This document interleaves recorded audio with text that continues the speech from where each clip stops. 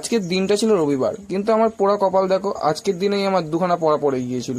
আর আমার পড়ার টাইম ছিল 7:30, কিন্তু ঘড়িতে গিয়ে দেখি 7:45 বেজে গেছে। কি আর করা যাবে, আমার যে স্ট্যান্ডার্ডটা পড়েছিল তাই নিয়েই বেরিয়ে পড়লাম পড়তে যাওয়ার উদ্দেশ্যে। যদিও স্যারের বাড়িটা ছিল অনেকটাই কাছে, তবুও আমার দেরি হওয়ার কারণে আমাকে সাইকেল নিয়েই বেরাতে হলো। আর এখানে এসে দেখি সবাই পড়তে চলে এসছে, তাই আমার যে স্ট্যান্ডার্ডটাকে স্যারের বাড়ির একটা দেয়ালের পাশে সাইড করে রাখলাম।